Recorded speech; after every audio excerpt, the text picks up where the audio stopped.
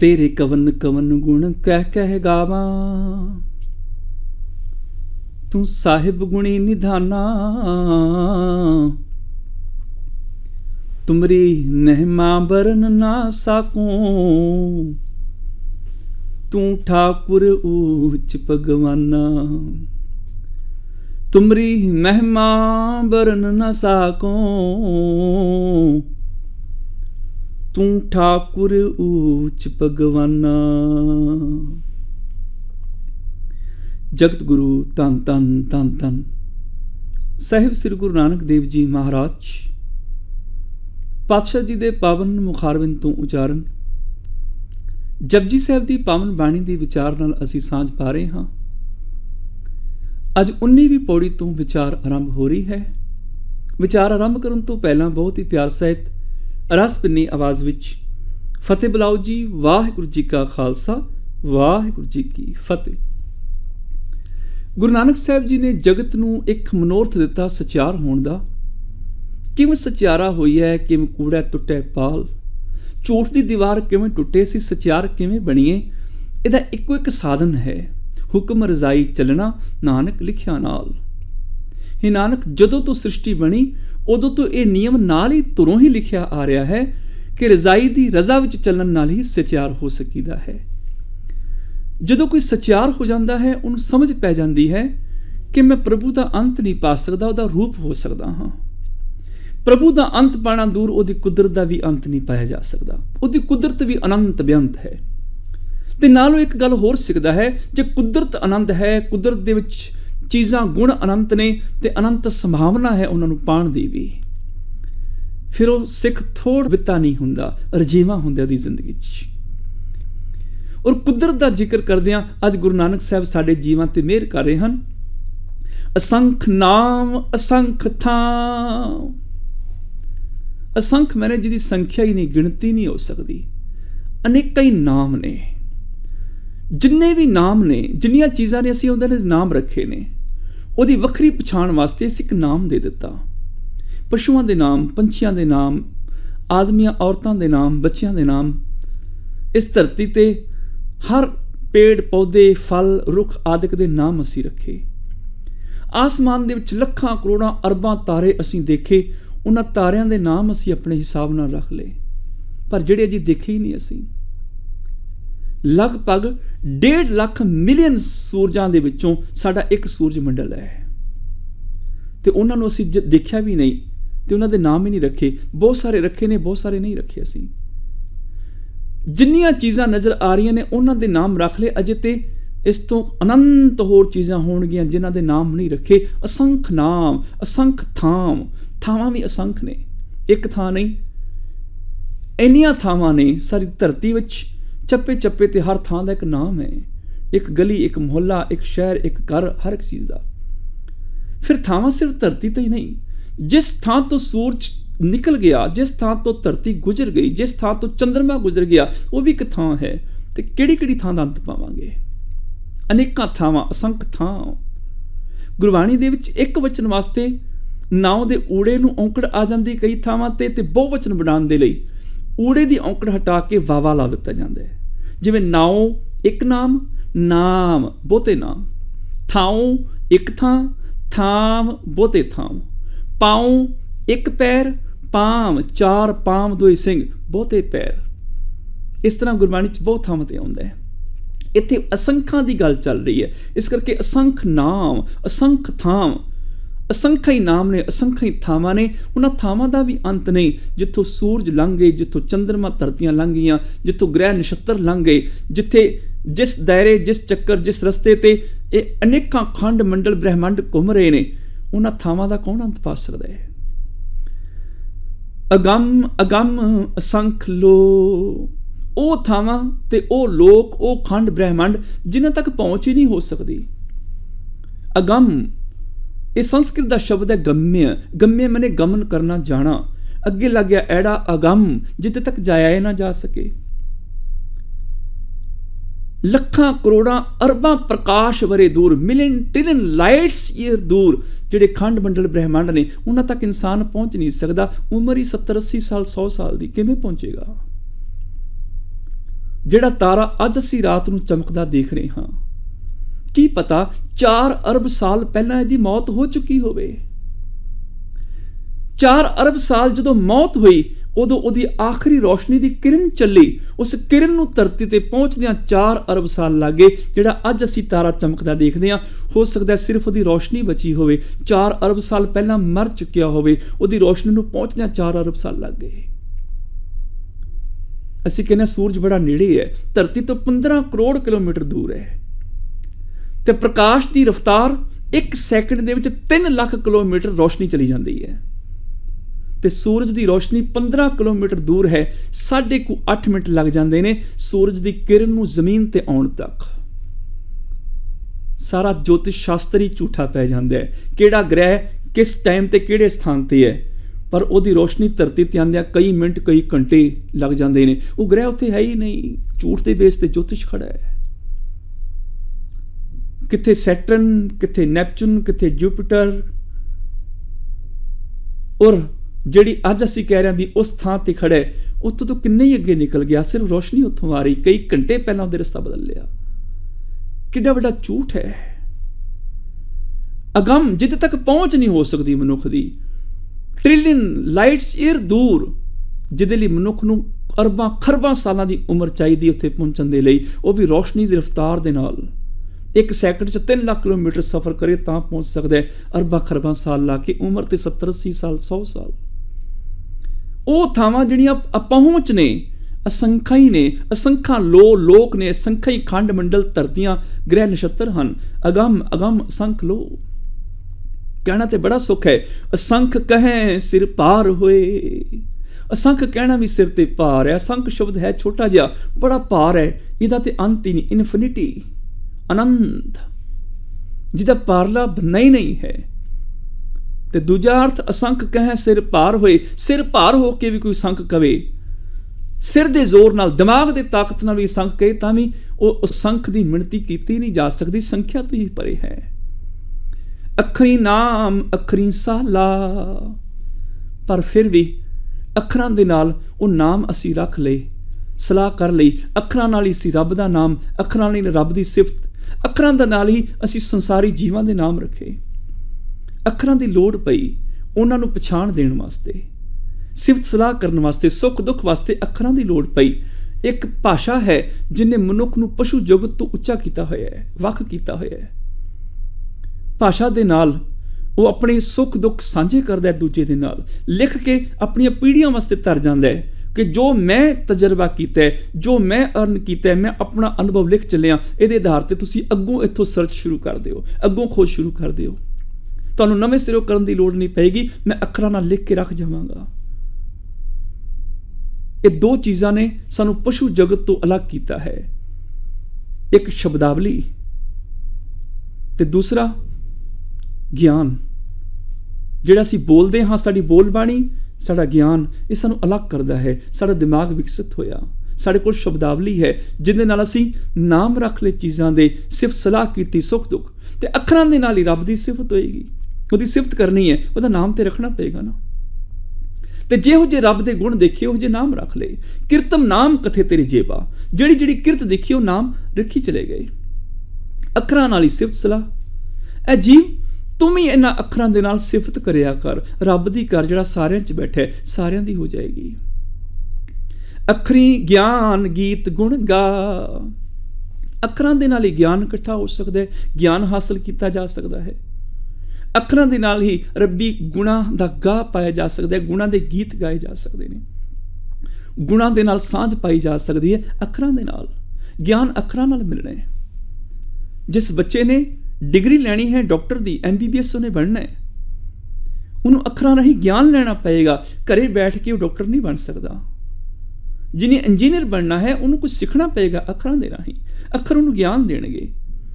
ਦੁਨੀਆ ਦੇ ਕਿਸੇ ਵੀ ਕੰਮ ਵਿੱਚ ਮੁਹਾਰਤ ਹਾਸਲ ਕਰਨੀ ਹੈ, ਅੱਖਰਾਂ ਦੀ ਲੋੜ ਪਏਗੀ, ਚਾਹੇ ਪੜ੍ਹ ਕੇ, ਚਾਹੇ ਕਿਸੇ ਨੂੰ ਸੁਣ ਕੇ, ਚਾਹੇ ਬੋਲ ਕੇ, ਚਾਹੇ ਵਿਚਾਰ ਕੇ। ਅੱਖਰਾਂ ਦੇ ਨਾਲ ਹੀ ਗਿਆਨ ਮਿਲਣਾ ਹੈ, ਅੱਖਰਾਂ ਦੇ ਨਾਲ ਹੀ ਸਮਝ ਪੈਣੀ ਹੈ। ਅੱਖਰੀ ਗਿਆਨ ਗੀਤ ਗੁਣ ਗਾ, ਅੱਖਰਾਂ ਦੀ ਇੰਨੀ ਲੋੜ ਹੈ। ਸਮਾਜ ਦੇ ਵਿਕਾਸ ਦੇ ਲਈ ਅੱਖਰਾਂ ਦੀ ਲੋੜ ਹੈ, ਗਿਆਨ ਦੇ ਲਈ ਅੱਖਰਾਂ ਦੀ ਲੋੜ ਹੈ। ਜਦੋਂ ਯਹੂਦੀਆਂ ਦੇ ਉੱਪਰ ਜ਼ੁਲਮ ਹੋਏ ਤੇ ਉਹਨਾਂ ਨੇ ਕਿਹਾ ਸੀ ਅਸੀਂ 20 ਸਾਲ ਲਈ ਜ਼ੁਲਮ ਭੁੱਲ ਜਾਵਾਂਗੇ। ਸਾਡੇ ਨਾਲ ਕੀ ਹੋਇਆ? 20 ਸਾਲ ਲਈ ਭੁੱਲ ਜਾਵਾਂਗੇ। ਅਸੀਂ 20 ਸਾਲ ਸਿਰਫ ਬੱਚਿਆਂ ਨੂੰ ਅੱਖਰ ਦਿਆਂਗੇ, ਐਜੂਕੇਸ਼ਨ ਦਿਆਂਗੇ, ਗਿਆਨ ਦਿਆਂਗੇ, ਤਾਂ ਕਿ ਪੜ੍ਹ ਲਿਖ ਕੇ ਇਹ ਆਪਣੇ ਜ਼ੁਲਮਾਂ ਦੀ ਦਾਸਤਾਨ ਪੂਰੀ ਦੁਨੀਆ ਨੂੰ ਸੁਣਾ ਸਕਣ, ਆਪਣੇ ਹੱਕ ਲੈ ਸਕਣ, ਆਪਣਾ ਆਜ਼ਾਦ ਦੇਸ਼ ਲੈ ਸਕਣ। ਉਹਨਾਂ 20 ਸਾਲ ਆਪਣੇ ਬੱਚਿਆਂ ਦੀ ਪੜ੍ਹਾਈ 'ਤੇ ਧਿਆਨ ਦਿੱਤਾ, ਉਹਨਾਂ ਨੂੰ ਐਜੂਕੇਟ ਕੀਤਾ, ਪੜ੍ਹਾਇਆ ਲਿਖਾਇਆ, ਔਰ ਇਜ਼ਰਾਈਲ ਦੇਸ਼ ਦੇ ਮਾਲਿਕ ਬਣ ਗਏ ਉਹ। ਔਰ ਅੱਜ ਉਹਨਾਂ ਨੂੰ ਪਤਾ ਹੈ ਵਿੱਦਿਆ ਕਿੰਨੀ ਮਹਾਨ ਹੈ। ਪੜ੍ਹਾਈ ਫ੍ਰੀ ਰੱਖਣ ਵਾਸਤੇ ਉਹਨਾਂ ਨੇ ਇੰਨਾ ਵੱਡਾ ਬਜਟ ਰੱਖ ਲਿੱਤਾ ਐਜੂਕੇਸ਼ਨ ਦਾ, ਇੰਨਾ ਫ੍ਰੀ ਬਜਟ ਹੈ, ਸ਼ਾਇਦ ਇਹਨਾਂ ਅਮਰੀਕਾ ਕੋਲ ਵੀ ਨਾ ਹੋਵੇ। ਔਰ ਇੰਨੇ ਸਿਆਣੇ ਬਣੇ, 3 ਸਦੀਆਂ ਤੇ ਜਿਊਸ਼ ਦਾ ਰਾਜ ਹੈ। ਅਲਬਰਟ ਆਇਨਸਟਾਈਨ ਜਿਊਸ਼ ਹੈ, ਪੂਰੀ ਸਦੀ ਤੇ ਉਹਦਾ ਰਾਜ ਰਿਹਾ। ਕਾਰਲ ਮਾਰਕਸ ਜਿਊਸ਼ ਹੈ, ਪੂਰੀ ਸਦੀ ਤੇ ਉਹਦਾ ਰਾਜ ਰਿਹਾ। ਸਾਈਕੋਲੋਜੀ ਦਾ ਜਿਹੜਾ ਪਿਤਾਮਾ ਹੈ, ਮਨੋਵਿਗਿਆਨ ਦਾ ਪਿਤਾਮਾ ਸਿਗਮੰਡ ਫਰਾਇਡ ਜਿਊਸ਼ ਹੈ, ਪੂਰੀ ਸਦੀ ਤੇ ਉਹਦਾ ਰਾਜ ਰਿਹਾ। ਇਸ ਸੰਸਾਰ ਵਿੱਚ ਸਭ ਤੋਂ ਮਹਾਨ ਜਿਹੜਾ ਪ੍ਰਾਈਜ਼ ਮੰਨਿਆ ਗਿਆ ਨੋਬਲ, ਸਭ ਤੋਂ ਵੱਧ ਨੋਬਲ ਪ੍ਰਾਈਜ਼ ਜਿਊਸ਼ ਦੀ ਝੋਲੀ ਵਿੱਚ ਨੇ। ਉਹਨਾਂ ਨੇ ਆਪਣੇ ਬੱਚਿਆਂ ਨੂੰ ਵਿੱਦਿਆ ਦਿੱਤੀ, ਅੱਖਰ ਦਿੱਤੇ, ਗਿਆਨ ਦਿੱਤਾ। ਗਿਆਨ ਦੇ ਨਾਲ ਦੁਨੀਆ ਨੂੰ ਦੱਸਿਆ ਸਾਡੇ ਤੇ ਆ ਜ਼ੁਲਮ ਹੋਏ, ਹੱਕ ਲਏ ਉਹਨਾਂ ਨੇ। ਅੱਜ ਇੰਨੇ ਗਿਆਨਵਾਨ ਨੇ, ਪੂਰੀ ਧਰਤੀ ਉਹਨਾਂ ਦੇ ਹੱਥ ਦੇ ਵਿੱਚ ਹੈ। ਫਾਰਮਾਸਿਸਟ ਕੰਪਨੀਆਂ ਉਹਨਾਂ ਦੇ ਕੋਲ ਨੇ, ਬੈਂਕ ਸਾਰੇ ਉਹਨਾਂ ਦੇ ਨੇ, ਪੋਲੀਟੀਸ਼ੀਅਨ ਉਹਨਾਂ ਦੀ ਜੇਬ ਦੇ ਵਿੱਚ ਨੇ, ਫਾਰਮਿੰਗ ਸਾਰੀ ਉਹਨਾਂ ਦੇ ਕੋਲ ਹੈ, ਪਾਣੀ ਤੱਕ ਉਹਨਾਂ ਦੇ ਕੋਲ ਹੈ, ਮੀਡੀਆ ਸਾਰਾ ਉਹਨਾਂ ਦੇ ਹੱਥ ਦੇ ਵਿੱਚ ਹੈ, ਚਾਹੇ ਇਲੈਕਟ੍ਰਿਕ ਮੀਡੀਆ, ਚਾਹੇ ਪ੍ਰਿੰਟ ਮੀਡੀਆ, ਹਰ ਚੀਜ਼ ਉਹਨਾਂ ਦੇ ਕੋਲ ਹੈ। ਐਜੂਕੇਸ਼ਨ ਸਿਸਟਮ ਉਹਨਾਂ ਦੇ ਹੱਥ ਵਿੱਚ ਹੈ। ਕੀ ਸਿਲੇਬਸ ਦੁਨੀਆ ਨੂੰ ਦੇਣਾ ਉਹਨਾਂ ਦੇ ਹੱਥ ਵਿੱਚ ਹੈ। ਗਿਆਨ ਅੱਖਰਾਂ ਦੇ ਨਾਲ, ਅੱਖਰ ਇੰਨੇ ਕੀਮਤੀ ਨੇ। ਅਸੀਂ ਆਪਣੇ ਬੱਚਿਆਂ ਦੀ ਪੜ੍ਹਾਈ ਲਈ ਕੀ ਕੀਤਾ? ਅਸੀਂ ਹੱਕ ਤੇ ਮੰਗਦੇ ਹਾਂ ਸਾਨੂੰ ਹੱਕ ਮਿਲਣ, ਬੱਚਿਆਂ ਨੂੰ ਅਸੀਂ ਪੜ੍ਹਾਇਆ ਨਹੀਂ। 1984 ਚ ਸਾਡੇ ਤੇ ਕਿੰਨੇ ਜ਼ੁਲਮ ਹੋਏ, ਕਿੰਨੇ ਬਦੋਸ਼ੀਆਂ ਨੂੰ ਮਾਰਿਆ ਗਿਆ। ਅੱਜ ਤੱਕ ਅਸੀਂ ਇਨਸਾਫ ਮੰਗ ਰਹੇ ਹਾਂ, ਸਾਨੂੰ ਨਹੀਂ ਮਿਲ ਰਿਹਾ। ਪਰ ਜੇ ਅਸੀਂ ਆਪਣੇ ਬੱਚੇ ਪੜ੍ਹਾਏ ਲਿਖਾਏ ਹੁੰਦੇ, ਸਾਡੇ ਬੱਚੇ ਵਕੀਲ ਹੁੰਦੇ, ਸਾਡੇ ਬੱਚੇ ਜੱਜ ਹੁੰਦੇ, ਆਪਣੇ ਹੱਕ ਆਪ ਹੀ ਲੈ ਲੈਣੇ ਸਨ। ਸਾਨੂੰ ਕੋਈ ਹੋਰ ਵਕੀਲ ਕਰਨਾ ਪੈਂਦਾ ਜਿਹਨੂੰ ਪਤਾ ਹੀ ਨਹੀਂ ਗੁਰਮਤਿ ਸਿੱਖੀ ਦਾ। ਕਿਸੇ ਹੋਰ ਕੋਲੋਂ ਹੱਕ ਮੰਗਣੇ ਪੈਂਦੇ ਨੇ, ਸਾਨੂੰ ਇਨਸਾਫ ਦਿਓ।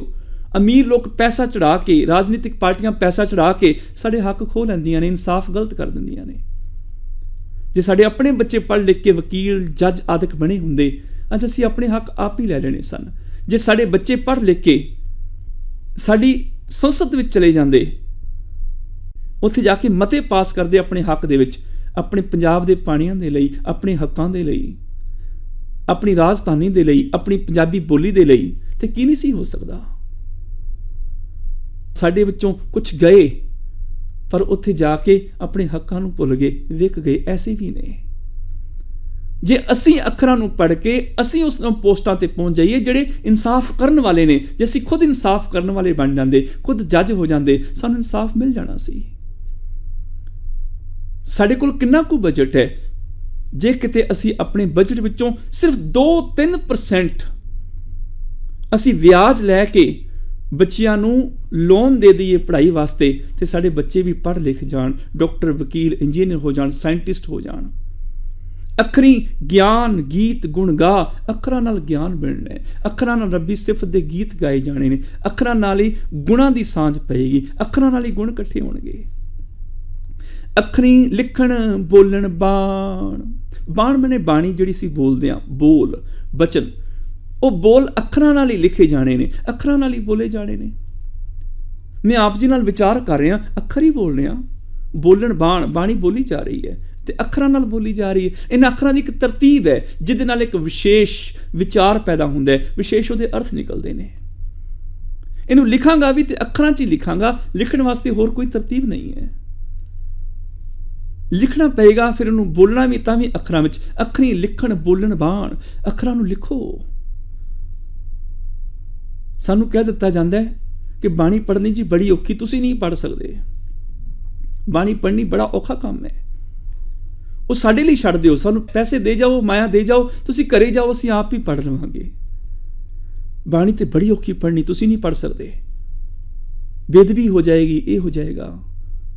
ਪਹਿਲਾਂ ਬਾਣੀ ਸਿੱਖੋ ਫਿਰ ਪੜ੍ਹੋ। ਇਹ ਤੇ ਇਸ ਤਰ੍ਹਾਂ ਮਾਨੋ ਜਿਵੇਂ ਕੋਈ ਕਵੇ ਤੁਸੀਂ ਤੈਰ ਨਹੀਂ ਸਕਦੇ, ਪਾਣੀ 'ਚ ਪੈਰ ਰੱਖੋਗੇ ਡੁੱਬ ਜਾਓਗੇ। ਪਹਿਲਾਂ ਤੈਰਨਾ ਸਿੱਖ ਕੇ ਆਓ, ਫਿਰ ਪਾਣੀ 'ਚ ਉਤਰਿਓ। ਹੁਣ ਤੈਰਨਾ ਕਿੱਥੇ ਸਿੱਖੀਏ? ਫਰਸ਼ ਦੇ ਉੱਪਰ ਤੈਰਨਾ ਸਿੱਖੀਏ, ਰੇਤ ਦੇ ਉੱਪਰ ਤੈਰਨਾ ਸਿੱਖੀਏ। ਆਖਰ ਤੈਰਨ ਵਾਸਤੇ ਪਾਣੀ 'ਚ ਤੇ ਜਾਣਾ ਹੀ ਪਏਗਾ। 2-4 ਡੁਬਕੀਆਂ ਗੋਤੇ ਆਣਗੇ, ਤੈਰਨਾ ਸਿੱਖ ਜਾਵਾਂਗੇ। 2-4 ਦਿਨ ਗਲਤ ਪੜਾਂਗੇ, ਹੌਲੀ ਹੌਲੀ ਸਮਝ ਆ ਜਾਏਗੀ। ਗਲਤੀਆਂ ਕਰਕੇ ਇਨਸਾਨ ਸਿੱਖਦਾ ਹੈ।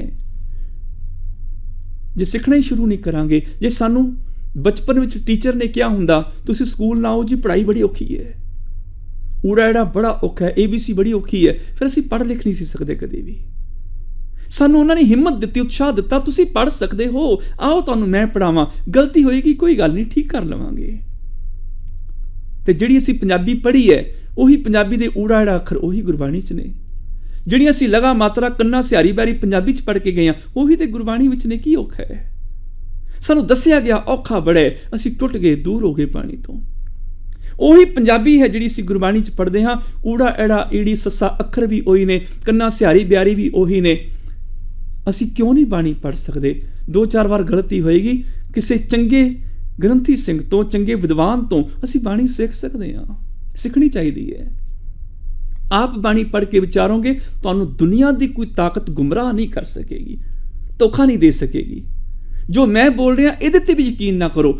ਆਪ ਅਰਥ ਪੜ੍ਹ ਲਓ, ਆਪ ਬਾਣੀ ਪੜ੍ਹੋ, ਆਪ ਵਿਚਾਰੋ ਕਿ ਗੁਰੂ ਜੀ ਕੀ ਕਹਿ ਰਹੇ ਨੇ ਜ਼ਿੰਦਗੀ ਜਿਉਣ ਲਈ। ਅਸੀਂ ਜਪ ਦੀ ਬਾਣੀ ਪੜ੍ਹ ਰਹੇ ਹਾਂ, ਜਪ ਦੀ ਵਿਆਖਿਆ ਗੁਰੂ ਸਾਹਿਬ ਕਰ ਰਹੇ ਨੇ। ਦੇਖੋ ਜਪ ਕੀ ਆਇਆ? ਸਚਿਆਰ ਹੋਣਾ, ਰੱਬੀ ਨਿਯਮਾਂ ਦੇ ਵਿੱਚ ਆਉਣਾ, ਰੱਬੀ ਗੁਣਾਂ ਨੂੰ ਧਾਰਨ ਕਰਨਾ, ਮਨ ਬਚਨ ਕਰਮ 'ਚ ਇਕਸਾਰਤਾ ਲੈ ਕੇ ਆਣੀ, ਮਨ ਸਾਚਾ ਮੁਖ ਸਾਚਾ ਕਰਨਾ, ਆਇਆ ਜਪ। ਇਸ ਜਪ ਦੀ ਗੁਰੂ ਜੀ ਗੱਲ ਕਰ ਰਹੇ ਨੇ। ਕਿਤੇ ਨਹੀਂ ਕਿਹਾ ਤੀਰਥਾਂ ਤੇ ਨਾਓ, ਮਾਲਾ ਫੜ ਕੇ ਘੁਮਾਈ ਚਲੇ ਜਾਓ, ਜਾਂ ਅੱਖਾਂ ਮਿਟ ਕੇ ਸਮਾਧੀਆਂ ਲਾਈ ਜਾਓ। ਜਪ ਦੀ ਵਿਆਖਿਆ ਜਪਜੀ ਸਾਹਿਬ ਅਸੀਂ ਕਰ ਰਹੇ ਹਾਂ, ਕਿਤੇ ਵੀ ਚੀਜ਼ਾਂ ਨਹੀਂ ਆਈਆਂ। ਇਹੀ ਕਿਹਾ ਸਚਿਆਰ ਬਣ ਜਾਓ, ਸੱਚ ਦੇ ਆਧਾਰ ਤੇ ਆਪਣੇ ਫਰਜ਼ਾਂ ਨੂੰ ਪੂਰਿਆ ਕਰੋ, ਸ਼ੁਭ ਗੁਣ ਧਾਰਨ ਕਰ ਲਓ। ਆਹੀ ਜਪ ਹੈ। ਦਇਆ, ਧਰਮ, ਧੀਰਜ, ਪ੍ਰੇਮ, ਸੱਚਾਈ ਨੂੰ ਜ਼ਿੰਦਗੀ 'ਚ ਧਾਰਨ ਕਰ ਲਓ। ਜਦੋਂ ਅਸੀਂ ਆਪ ਬਾਣੀ ਪੜ੍ਹ ਕੇ ਵਿਚਾਰਾਂਗੇ, ਸਾਨੂੰ ਸਮਝ ਆ ਜਾਏਗੀ, ਸਾਨੂੰ ਕੋਈ ਧੋਖਾ ਨਹੀਂ ਦੇ ਸਕੇਗਾ। ਅੱਖਰਾਂ ਦੇ ਨਾਲ ਹੀ ਅਸੀਂ ਬੋਲਦੇ ਹਾਂ, ਅੱਖਰਾਂ ਦੇ ਨਾਲ ਹੀ ਲਿਖਿਆ ਜਾਂਦਾ ਹੈ। ਇਹਨੂੰ ਸਿੱਖਣਾ ਪੈਣਾ ਅੱਖਰਾਂ ਨੂੰ। ਮੈਂ ਅਕਸਰ ਕਹਿੰਦਾ ਹਾਂ ਬੱਚਿਆਂ ਨੂੰ ਪੰਜਾਬੀ ਜ਼ਰੂਰ ਸਿਖਾਓ। ਕਿਉਂ? ਜਿਹੜੇ ਬੱਚੇ ਪੰਜਾਬੀ ਨਹੀਂ ਸਿੱਖ ਸਕਣਗੇ, ਉਹ ਕੱਲ ਨੂੰ ਜਪਜੀ ਸਾਹਿਬ ਦਾ ਪਾਠ ਨਹੀਂ ਕਰ ਸਕਣਗੇ, ਉਹ ਰਹਿਰਾਸ ਸਾਹਿਬ ਨਹੀਂ ਪੜ੍ਹ ਸਕਦੇ, ਉਹ ਗੁਰੂ ਗ੍ਰੰਥ ਸਾਹਿਬ ਤੋਂ ਹੁਕਮਨਾਮਾ ਨਹੀਂ ਲੈ ਸਕਦੇ। ਕਿਉਂਕਿ ਸਾਡੀ ਬਾਣੀ ਦਾ ਖਜ਼ਾਨਾ ਪੰਜਾਬੀ ਵਿੱਚ ਹੈ, ਸਾਡੀ ਹਿਸਟਰੀ ਜ਼ਿਆਦਾਤਰ ਪੰਜਾਬੀ ਵਿੱਚ ਹੈ। ਔਰ ਪੰਜਾਬੀ ਨਾਲੋਂ ਬੱਚਾ ਟੁੱਟ ਗਿਆ, ਸਮਝ ਲਓ ਆਪਣੇ ਗੁਰੂ ਨਾਲੋਂ ਟੁੱਟ ਗਿਆ। ਤੇ ਗੁਰੂ ਨਾਲੋਂ ਟੁੱਟ ਕੇ ਜੀਵਨ ਆਸਾਨ ਨਹੀਂ ਹੁੰਦਾ। ਜੇ ਚਾਹੁੰਦੇ ਹੋ ਸਾਡਾ ਬੱਚਾ ਗੁਰੂ ਨਾਲ ਜੁੜਿਆ ਰਹੇ, ਤੇ ਗੁਰਬਾਣੀ ਪੰਜਾਬੀ ਵਿੱਚ ਹੈ, ਉਹਨੂੰ ਪੰਜਾਬੀ ਆਉਣੀ ਬਹੁਤ ਜ਼ਰੂਰੀ ਹੈ। ਇੱਕ ਨੇਮ ਬਣਾ ਲਓ ਘਰ ਵਿੱਚ ਕਿ ਸਾਡੇ ਬੱਚੇ ਪੰਜਾਬੀ ਹੀ ਬੋਲਣਗੇ, ਇਸ ਘਰ ਵਿੱਚ ਪੰਜਾਬੀ ਹੀ ਚੱਲੇਗੀ। ਇਸ ਘਰ ਦੇ ਹਦੂਦ ਦੇ ਅੰਦਰ ਜਿਹੜਾ ਆਏਗਾ ਉਹ ਪੰਜਾਬੀ ਬੋਲੇਗਾ, ਹੋਰ ਲੈਂਗੁਏਜ ਆਉਂਦੀ ਨਹੀਂ। ਯਾਦ ਰੱਖਿਓ, ਦੁਨੀਆ ਤੁਹਾਡੇ ਬੱਚਿਆਂ ਨੂੰ ਇੰਗਲਿਸ਼ ਸਿਖਾ ਦੇਗੀ, ਫਰੈਂਚ ਸਿਖਾ ਦੇਗੀ, ਪਰ ਤੁਹਾਡੇ ਤੋਂ ਬਿਨਾਂ ਤੁਹਾਡੇ ਬੱਚਿਆਂ ਨੂੰ ਪੰਜਾਬੀ ਕਿਸੇ ਨਹੀਂ ਸਿਖਾਣੀ, ਉਹ ਤੁਸੀਂ ਸਿਖਾਣੀ ਹੈ। ਸਾਰੀਆਂ ਭਾਸ਼ਾਵਾਂ ਚੰਗੀਆਂ ਨੇ, ਮਾੜੀਆਂ ਨਹੀਂ, ਪਰ ਗੁਰਬਾਣੀ ਨਾਲ ਜੇ ਜੁੜਨਾ ਹੈ ਤੇ ਬੱਚਿਆਂ ਨੂੰ ਜੋੜਨਾ ਹੈ, ਫਿਰ ਪੰਜਾਬੀ ਆਉਣੀ ਜ਼ਰੂਰੀ ਹੈ। ਇੱਕ ਨਿਯਮ ਬਣਾ ਲਓ, ਇਸ ਘਰ ਵਿੱਚ ਪੰਜਾਬੀ ਸਮਝ ਆਉਂਦੀ ਹੈ। ਬੱਚਾ ਕਵੇ ਮੈਨੂੰ ਪੇਨ ਹੋ ਰਹੀ, ਦਵਾਈ ਦਿਓ, ਉਹਨੂੰ ਕੋਈ ਸਮਝ ਨਹੀਂ ਆਈ। ਪੇਨ ਕੀ ਹੁੰਦਾ ਸਾਨੂੰ ਪਤਾ ਨਹੀਂ, ਫਿਰ ਉਹ ਕਹੇ ਸਿਰ ਦਰਦ ਹੁੰਦਾ ਹੈ, ਪੀੜ ਹੁੰਦੀ, ਹਾਂ ਹੁਣ ਸਮਝ ਆਈ, ਫਿਰ ਗੱਲ ਬਣ ਸਕਦੀ ਹੈ। ਇਸ ਕਰਕੇ ਸਾਨੂੰ ਥੋੜ੍ਹਾ ਧਿਆਨ ਦੇਣ ਦੀ ਲੋੜ ਹੈ। ਜੇ ਅਸੀਂ ਗੁਰੂ ਕੀ ਬਾਣੀ ਨੂੰ ਸਮਝਣਾ ਹੈ, ਸਾਨੂੰ ਪੰਜਾਬੀ ਦਾ ਆਉਣਾ ਬਹੁਤ ਜ਼ਰੂਰੀ ਹੈ। ਅੱਖਰਾਂ ਦਾ ਜਿੰਨਾ ਮਰਜ਼ੀ ਗਿਆਨ ਹੋਵੇ, ਜਿੰਨੀਆਂ ਭਾਸ਼ਾਵਾਂ ਸਿੱਖਦੇ ਹੋ ਸਿੱਖੋ, ਗੁਰੂ ਕੀ ਬਾਣੀ ਦੇ ਅਰਥ ਵਿਚਾਰਨ ਵਾਸਤੇ ਸ਼ੁੱਧ ਪੰਜਾਬੀ ਦਾ ਆਉਣਾ ਜ਼ਰੂਰੀ ਹੈ। ਅੱਖਰੀਂ ਲਿਖਣ ਬੋਲਣ ਬਾਣ, ਅੱਖਰਾਂ ਸਿਰ ਸੰਜੋਗ ਵਖਾਣ। ਹੁਣ ਆਮ ਤੌਰ ਤੇ ਦੇ ਅਰਥ ਕੀਤੇ ਜਾਂਦੇ ਨੇ ਕਿ ਰੱਬ ਨੇ ਸੰਜੋਗ ਬਣਾਏ ਨੇ, ਜੋੜੀਆਂ ਰੱਬ ਤੋਂ ਆਈਆਂ ਨੇ ਬਣ ਕੇ। ਇਹਦਾ ਮਤਲਬ ਜਿਹੜੀਆਂ ਤਲਾਕਾਂ ਹੋ ਰਹੀਆਂ ਨੇ ਉਹ ਰੱਬ ਕਰਾ ਰਿਹਾ ਨਾ, ਫਿਰ ਉਹਨੇ ਸੰਜੋਗ ਨਹੀਂ ਠੀਕ ਬਣਾਏ। ਪਤਨੀ ਗਲ ਪੈਂਦੀ ਹੈ, ਫਿਰ ਰੱਬ ਦਾ ਦੋਸ਼ ਹੋਇਆ ਨਾ। ਪਤੀ ਸ਼ਰਾਬ ਪੀ ਕੇ ਆ ਜਾਂਦਾ, ਗਾਲਾਂ ਕੱਢਦਾ ਪਤਨੀ ਨੂੰ, ਰੱਬ ਦਾ ਦੋਸ਼ ਹੋਇਆ ਨਾ, ਉਹਨੇ ਜੋੜੀ ਠੀਕ ਨਹੀਂ ਬਣਾਈ। ਇੱਥੇ ਉਹਨਾਂ ਜੋੜੀਆਂ ਦਾ ਜ਼ਿਕਰ ਨਹੀਂ, ਪਤੀ ਪਤਨੀ ਦੇ ਜੋੜੀਆਂ ਨਹੀਂ। ਅੱਖਰਾਂ ਸਿਰ ਸੰਜੋਗ ਵਖਾਣ, ਸੰਜੋਗ ਦਾ ਮਤਲਬ ਮਿਲਾਪ। ਅੱਖਰਾਂ ਦੇ ਨਾਲ ਹੀ ਦੂਜੇ ਨਾਲ ਮਿਲਾਪ ਹੋਏਗਾ। ਮੈਂ ਮਿੱਠੇ ਅੱਖਰ ਤੁਹਾਨੂੰ ਬੋਲਾਂਗਾ, ਤੁਹਾਡੇ ਨਾਲ ਮੇਰਾ ਪਿਆਰ ਬਣੇਗਾ। ਮੈਂ ਕੌੜੇ ਅੱਖਰ ਤੁਹਾਨੂੰ ਬੋਲਾਂਗਾ, ਤੁਹਾਡਾ ਪਿਆਰ ਮੇਰੇ ਨਾਲ ਟੁੱਟ ਜਾਏਗਾ। ਟੂਟ ਪ੍ਰੀਤ ਗਈ ਬੁਰ ਬੋਲ, ਬੁਰੇ ਬੋਲਾਂ ਨਾਲ ਪਿਆਰ ਟੁੱਟ ਜਾਂਦਾ ਹੈ। ਗੰਢ ਪ੍ਰੀਤੀ ਮਿੱਠੇ ਬੋਲ, ਜਦੋਂ ਮਿੱਠੇ ਬੋਲ ਬੋਲਦਾ ਪਿਆਰ ਦੀ ਗੰਢ ਪੈ ਜਾਂਦੀ ਹੈ। ਸੰਜੋਗ ਵੀ ਅੱਖਰਾਂ ਨਾਲ ਹੋਣੇ ਨੇ, ਵਿਜੋਗ ਵੀ ਅੱਖਰਾਂ ਨਾਲ ਹੋਣਗੇ ਨੇ। ਕਿਸੇ ਨੂੰ ਮਿੱਠਾ ਬੋਲਾਂਗਾ ਉਹਦੇ ਨਾਲ ਮੇਰਾ ਪ੍ਰੇਮ ਸੰਜੋਗ ਬਣ ਜਾਏਗਾ, ਕਿਸੇ ਨੂੰ ਕੌੜਾ ਬੋਲਾਂਗਾ ਉਹਦੇ ਨਾਲ ਮੇਰਾ ਵਿਜੋਗ ਵਿਛੋੜਾ ਹੋ ਜਾਏਗਾ। ਅੱਖਰੀ ਲਿਖਣ ਬੋਲਣ ਬਾਣ, ਅੱਖਰਾਂ ਸਿਰ ਸੰਜੋਗ ਵਿਖਾਣ। ਇਹ ਮਿਲਾਪ ਦੇ ਜਿਹੜੇ ਸੰਜੋਗ ਵਿਖਾਣੇ ਜਾਂਦੇ ਨੇ ਅੱਖਰਾਂ ਦੇ ਰਾਹੀਂ, ਅੱਖਰਾਂ ਰਾਹੀਂ ਹੀ ਵਿਖਿਆਨ ਹੋਏਗਾ, ਅੱਖਰਾਂ ਰਾਹੀਂ ਹੀ ਮਿਲਾਪ ਹੋਏਗਾ। ਜਿਨ ਇਹ ਲਿਖੇ ਤਿਸ ਸਿਰ ਨਾਹੀਂ। ਪਰ ਆਹ ਜਿਹੜੇ ਅੱਖਰ ਜਿਸ ਪ੍ਰਭੂ ਨੇ ਲਿਖੇ ਨੇ ਉਸ ਪ੍ਰਭੂ ਦੇ ਨਿਯਮਾਂ ਦੇ ਸਿਰ ਨਹੀਂ ਹੋ ਸਕਦੇ, ਉਹਦੇ ਕੁਦਰਤ ਦੇ ਨਿਯਮਾਂ ਦਾ ਅੰਤ ਨਹੀਂ ਪਾ ਸਕਦੇ, ਪ੍ਰਭੂ ਦਾ ਅੰਤ ਨਹੀਂ ਪਾ ਸਕਦੇ, ਉਸ ਸਿਸਟਮ ਦਾ ਅੰਤ ਨਹੀਂ ਪਾ ਸਕਦੇ। ਅੱਖਰਾਂ ਨਾਲ ਰੱਬ ਦੇ ਸਿਸਟਮ ਨੂੰ, ਨਿਯਮ ਨੂੰ ਸਮਝ ਸਕਦੇ ਹਾਂ, ਪਰ ਨਿਯਮ ਦਾ ਅੰਤ ਥੋੜ੍ਹੀ ਪਾ ਸਕਦੇ ਹਾਂ। ਕਿੰਨੇ ਹੀ ਨਿਯਮ ਨੇ, ਕਿੰਨੇ ਰੱਬੀ ਹੁਕਮ ਨੇ, ਉਹਦਾ ਅੰਤ ਕਿਵੇਂ ਪਾਵਾਂਗੇ? ਜਿਸ ਪ੍ਰਭੂ ਨੇ ਆ ਅੱਖਰ ਲਿਖੇ ਜਿਹਦੇ ਰਾਹੀਂ ਸਾਡਾ ਸੰਜੋਗ ਵਿਜੋਗ ਬਣਦਾ ਹੈ, ਤਿਸ ਸਿਰ ਨਾਹੀਂ, ਉਸ ਰੱਬ ਦੇ ਸਿਰ ਇਹ ਅੱਖਰ ਨਹੀਂ ਹੋ ਸਕਦੇ, ਉਹਦਾ ਅੰਤ ਨਹੀਂ ਪਾ ਸਕਦੇ। ਅੱਖਰਾਂ ਨਾਲ ਅਸੀਂ ਵਿਚਾਰ ਕਰ ਸਕਦੇ ਹਾਂ, ਰੱਬੀ ਗੁਣਾਂ ਨੂੰ ਮਾਣ ਸਕਦੇ ਹਾਂ, ਵਿਚਾਰ ਸਕਦੇ ਹਾਂ, ਪਰ ਰੱਬ ਦੇ ਗੁਣਾਂ ਦਾ ਅੰਤ ਨਹੀਂ ਪਾ ਸਕਦੇ। ਤਿਸ ਸਿਰ ਨਾਹੀਂ ਜਿਵ ਫੁਰਮਾਏ ਤਿਵ ਤਿਵ ਪਾਹੇ। ਉਹ ਜਿਵ ਫਰਮਾਏ, ਜਿਵੇਂ ਨਿਯਮ ਫਰਮਾਉਂਦਾ ਹੈ, ਜਿਵੇਂ ਨਿਯਮ ਦੇ ਵਿੱਚ ਅਸੀਂ ਚੱਲਣਾ ਹੈ, ਤਿਵ ਤਿਵ ਪਾਏ, ਉਵੇਂ ਸਾਨੂੰ ਪ੍ਰਾਪਤ ਹੋਏਗਾ। ਜਿਵੇਂ ਨਿਯਮ ਫਰਮਾਉਂਦਾ, ਨਿਯਮ ਤੋਂ ਬਾਹਰ ਅਸੀਂ ਜਾ ਹੀ ਨਹੀਂ ਸਕਦੇ। ਜੋ ਸਿਸਟਮ ਕਹਿ ਰਿਹਾ ਹੈ ਉਵੇਂ ਅਸੀਂ ਪਾਵਾਂਗੇ। ਸਿਸਟਮ ਕਹਿ ਰਿਹਾ ਹੈ ਕਿ ਤੂੰ ਅੱਗ 'ਚ ਹੱਥ ਪਾਏਗਾ ਤੇ ਤੈਨੂੰ ਸੜਨਾ ਪਏਗਾ, ਜੇ ਅੱਗ ਤੇ ਭੋਜਨ ਬਣਾਏਗਾ ਤੇਰੀ ਭੁੱਖ ਦੂਰ ਹੋ ਜਾਏਗੀ। ਸਿਸਟਮ ਇਹ ਗੱਲ ਕਹਿ ਰਿਹਾ ਹੈ। ਜੇ ਪੌੜੀਆਂ ਤੋਂ ਉਤਰੇਗਾ ਆਰਾਮ ਨਾਲ ਉਤਰਾਏਗਾ, ਛਾਲ ਮਾਰੇਗਾ ਤੇ ਲੱਤ ਬਾਂਹ ਤੁੜਾ ਲਏਗਾ। ਜਿਵੇਂ ਉਹ ਨਿਯਮ ਫਰਮਾਉਂਦਾ ਹੈ ਉਸੇ ਤਰ੍ਹਾਂ ਸਾਨੂੰ ਫਲ ਮਿਲ ਰਿਹਾ। ਨਿਯਮਾਂ ਤੋਂ ਬਾਹਰ ਅਸੀਂ ਜਾ ਹੀ ਨਹੀਂ ਸਕਦੇ। ਜੇ ਨਿਯਮ ਸਿਸਟਮ ਕਹਿ ਰਿਹਾ ਤੂੰ ਆਕਸੀਜਨ ਨਾਲ ਜਿੰਦਾ ਰਹਿਣਾ ਤੇ ਮੈਂ ਕਾਰਬਨ ਡਾਈਆਕਸਾਈਡ ਨਾਲ ਜਿੰਦਾ ਨਹੀਂ ਰਹਿ ਸਕਦਾ। ਜਿਵ ਫਰਮਾਏ, ਜਿਵੇਂ ਰੱਬੀ ਸਿਸਟਮ ਹੁਕਮ ਫਰਮਾ ਰਿਹਾ ਹੈ, ਤਿਵ ਤਿਵ ਪਾਏ, ਉਹਦੇ ਨਿਯਮਾਂ ਦੇ ਵਿੱਚ ਹੀ ਅਸੀਂ ਫਲ ਪ੍ਰਾਪਤ ਕਰਦੇ ਹਾਂ। ਜੇਤਾ ਕੀਤਾ ਤੇਤਾ ਨਾਉ। ਨਾਉ ਮੈਨੇ ਨਾਮ ਹਸਤੀ। ਜਿਵੇਂ ਤੁਹਾਡਾ ਨਾਮ ਸੁਰਜੀਤ ਸਿੰਘ ਹੈ, ਹੁਣ ਸੁਰਜੀਤ ਸਿੰਘ ਨਾਮ ਤੁਹਾਡੀ ਹਸਤੀ ਪੇਸ਼ ਕਰਦਾ, ਤੁਸੀਂ ਕੌਣ ਹੋ, ਤੁਹਾਡਾ ਰੂਪ ਰੰਗ ਚਿਹਰਾ ਗੁਣ ਵਿਹਾਰ ਮੈਨੂੰ ਯਾਦ ਆ ਜਾਂਦੇ ਨੇ। ਤੇ ਜੋ ਵੀ ਸੰਸਾਰ ਹੈ ਰੱਬ ਦਾ ਨਾਮ ਉਹਦੀ ਹਸਤੀ ਹੈ। ਜੋ ਵੀ ਨਜ਼ਰ ਆ ਰਿਹਾ, ਜੇਤਾ ਕੀਤਾ, ਜਿੰਨਾ ਪ੍ਰਮਾਤਮਾ ਨੇ ਸੰਸਾਰ ਬਣਾਇਆ, ਤੇਤਾ ਨਾਮ ਉਹ ਰੱਬ ਦਾ ਹੀ ਨਾਮ ਹੈ। ਅਸੀਂ ਕਹਿੰਦੇ ਅਸੀਂ ਤੇ ਦਸਮਦਾਰ ਪਾੜ ਕੇ ਰੱਬ ਨੂੰ ਅੰਦਰੋਂ ਕੱਢਣਾ, ਤੇ ਗੁਰੂ ਜੀ ਆਖਦੇ ਨੇ ਜੋ ਦਿਸਿਆ ਸੋ ਤੇਰਾ ਰੂਪ। ਜੋ ਨਜ਼ਰ ਆ ਰਿਹਾ ਰੱਬ ਹੀ ਤੇ ਹੈ, ਹੋਰ ਕਿਹੜੇ ਰੱਬ ਨੂੰ ਲੱਭ ਰਹੇ ਹੈ। ਸਾਡੀ ਹਾਲਤ ਉਸ ਬੱਚੇ ਵਰਗੀ ਹੈ। ਕਿਸੇ ਨੇ ਬੱਚੇ ਨੂੰ ਪੁੱਛਿਆ ਕਿੱਥੋਂ ਆਇਆ, ਕਹਿਣ ਲੱਗਾ ਡੈਡੀ ਕੋਲੋਂ ਆਇਆ। ਪੁੱਛਿਆ ਕਿੱਥੇ ਜਾਣਾ ਹੈ, ਕਹਿਣ ਲੱਗਾ ਡੈਡੀ ਕੋਲ ਜਾਣਾ ਹੈ। ਪੁੱਛਿਆ ਇੱਥੇ ਕੀ ਕਰਨਾ ਹੈ, ਕਹਿਣ ਲੱਗਾ ਡੈਡੀ ਨੂੰ ਲੱਭਣ ਆਇਆ। ਸਾਡੀ ਹਾਲਤ ਇਹ ਹੈ, ਕਿੱਥੋਂ ਆਇਆ, ਰੱਬ ਕੋਲੋਂ ਆਇਆ। ਕਿੱਥੇ ਜਾਣਾ, ਰੱਬ ਕੋਲ ਜਾਣਾ। ਕੀ ਕਰਨਾ ਹੈ, ਰੱਬ ਨੂੰ ਲੱਭਣ ਆਇਆ। ਅਸੀਂ ਲੱਭ ਰਹੇ ਹਾਂ। ਗੁਰੂ ਜੀ ਆਖਦੇ ਨੇ ਜੇਤਾ ਕੀਤਾ ਤੇਤਾ ਨਾਉ। ਜਿੰਨਾ ਸੰਸਾਰ ਹੈ ਰੱਬ ਦਾ ਸਰੂਪ ਹੀ ਹੈ। ਨਾਉ ਮੈਨੇ ਉਹਦੀ ਹਸਤੀ ਹੈ। ਜੋ ਦਿਸਿਆ ਸੋ ਤੇਰਾ ਰੂਪ, ਉਹੀ ਤੇ ਨਜ਼ਰ ਆ ਰਿਹਾ। ਵਿਣ ਨਾਵੇਂ ਨਾਹੀ ਕੋ ਥਾਉ। ਪ੍ਰਭੂ ਦੇ ਨਾਮ ਤੋਂ ਬਿਨਾਂ ਥਾਂ ਹੀ ਕੋਈ ਨਹੀਂ। ਉਹੀ ਤੇ ਫੈਲਿਆ ਹੋਇਆ ਹੈ। ਜਿੱਧਰ ਜਾਉ ਤਤ ਬਿਠਲ ਪਹਿਲਾ। ਈਬੈ ਬਿਠਲ ਊਬੈ ਬਿਠਲ। ਬਿਠਲ ਬਿਨ ਸੰਸਾਰ ਨਹੀਂ। ਥਾਂ ਥਰੰਤਰ ਨਾਮਾ ਪ੍ਰਣਵੈ। ਪੂਰੇ ਹੋ ਤੂੰ ਸਰਵਮਈ, ਸਾਰਿਆਂ 'ਚ ਤੂੰ ਹੀ ਤੇ ਹੈ। ਫਿਰ ਅਸੀਂ ਕਿਹਨੂੰ ਖੋਜ ਰਹੇ ਹਾਂ? ਉਹ ਤੇ ਸਾਹਮਣੇ ਹੈ ਹੀ ਹੈ। ਜੋ ਦਿਸੈ ਸੋ ਤੇਰਾ ਰੂਪ। ਜੇਤਾ ਰੂਪ ਕਾਇਆ ਤੇਰੀ। ਤੂੰ ਤੇ ਆਪ ਵਾਸੀ ਰਿਹਾ ਹੈ। ਵਿਣ ਨਾਵੇਂ ਨਾਹੀ ਕੋ ਥਾਉ। ਨਾਮ ਤੋਂ ਬਿਨਾਂ ਥਾਂ ਹੀ ਕੋਈ ਨਹੀਂ। ਕਦੇ ਧਿਆਨ ਨਾਲ ਦੇਖੋ, ਰੁੱਖ ਨੱਚਦੇ ਨਜ਼ਰ ਆਉਣਗੇ, ਪਸ਼ੂ ਪੰਛੀ ਪੁਕਾਰ ਰਹੇ ਨੇ ਉਸ ਮਾਲਕ ਨੂੰ। ਜੋ ਬੋਲਤ ਹੈ ਮ੍ਰਿਗ ਮੀਨ ਪੰਖੇਰੂ। ਸੋ ਬਿਨ ਹਰ ਜਾਪਤ ਹੈ ਨਹੀਂ ਹੋਰ। ਪੰਛੀ ਬੋਲਦੇ ਨੇ, ਲੱਗਦਾ ਰੱਬ ਬੋਲ ਰਿਹਾ ਨਾ ਚੋਂ। ਇਨਸਾਨ ਬੋਲਦਾ, ਲੱਗਦਾ ਰੱਬ ਬੋਲ ਰਿਹਾ ਹੈ। ਸਭੈ ਘਟ ਰਾਮ ਬੋਲੇ, ਰਾਮਾ ਬੋਲੇ। ਰਾਮ ਬਿਨਾ ਕੋ ਬੋਲੇ, ਉਹੀ ਤੇ ਹੈ। ਨਾਮ ਤੋਂ ਬਿਨਾਂ, ਉਹਦੇ ਸਰੂਪ ਹਸਤੀ ਤੋਂ ਬਿਨਾਂ ਕੋਈ ਥਾਂ ਖਾਲੀ ਨਹੀਂ ਹੈ। ਉਹੀ ਰਮਿਆ ਹੋਇਆ ਹੈ। ਜਲ ਥਲ ਮਹੀਲ ਪੂਰਿਆ, ਰਵਿਆ ਵਿੱਚ ਮਣਾ। ਜੇਤਾ ਕੀਤਾ ਤੇਤਾ ਨਾਉ। ਮਿਣ ਨਾਵੇਂ ਨਾਹੀ ਕੋ ਥਾਉ। ਉਹਦੇ ਨਾਉ, ਉਹਦੇ ਹਸਤੀ, ਉਹਦੇ ਸਰੂਪ ਤੋਂ ਬਿਨਾਂ ਕੋਈ ਥਾਂ ਖਾਲੀ ਨਹੀਂ। ਕੁਦਰਤ ਕਵਣ ਕਹਾਂ ਵਿਚਾਰ। ਇੰਨੀ ਵਿਸ਼ਾਲ ਕੁਦਰਤ ਅਨੰਤ, ਮੈਂ ਕਿੰਨੀ ਕੁ ਦੀ ਵਿਚਾਰ ਕਹਾਂ। ਵਾਰਿਆ ਨਾ ਜਾਵਾਂ ਇੱਕ ਵਾਰ। ਇੱਕ ਵਾਰ ਵੀ ਆਪਣੇ ਆਪ ਨੂੰ ਵਾਰਾਂ ਕਾਫੀ ਨਹੀਂ ਹੈ। ਕਿਵੇਂ ਇਹਦਾ ਅੰਤ ਪੈ ਸਕਦਾ ਹੈ? ਜੋ ਤੁਧ ਭਾਵੈ ਸਾਈ ਭਲੀ ਕਾਰ। ਜੋ ਤੈਨੂੰ ਪਾਉਂਦਾ ਹੈ ਮਾਲਕਾ, ਉਹੀ ਕਾਰ ਚੰਗੀ ਹੈ। ਤੇਰੇ ਨੀਮਾਂ ਵਿੱਚ ਹੀ ਆਉਣਾ ਸਾਨੂੰ ਸ਼ੋਭਦਾ ਹੈ। ਤੂੰ ਸਦਾ ਸਲਾਮਤ ਨਿਰੰਕਾਰ। ਸੁਬੋਧਨ ਆ ਗਿਆ, ਹੇ ਨਿਰੰਕਾਰ ਤੂੰ ਸਦਾ ਹੀ ਸਲਾਮਤ, ਸਦਾ ਰਹਿਣ ਵਾਲਾ, ਸਦੀਵੀ ਹੈ। ਤੇਰੇ ਨਾਲ ਜੁੜ ਕੇ ਅਸੀਂ ਵੀ ਸਚਿਆਰ ਹੋ ਜਾਂਦੇ ਹਾਂ। ਹੋਈਆਂ ਭੁੱਲਾਂ ਖਿਮਾ। ਮਿਲ ਕੇ ਫਤਿਹ ਬੁਲਾਓ ਜੀ। ਵਾਹਿਗੁਰੂ ਜੀ ਕਾ ਖਾਲਸਾ, ਵਾਹਿਗੁਰੂ ਜੀ ਕੀ ਫਤਿਹ।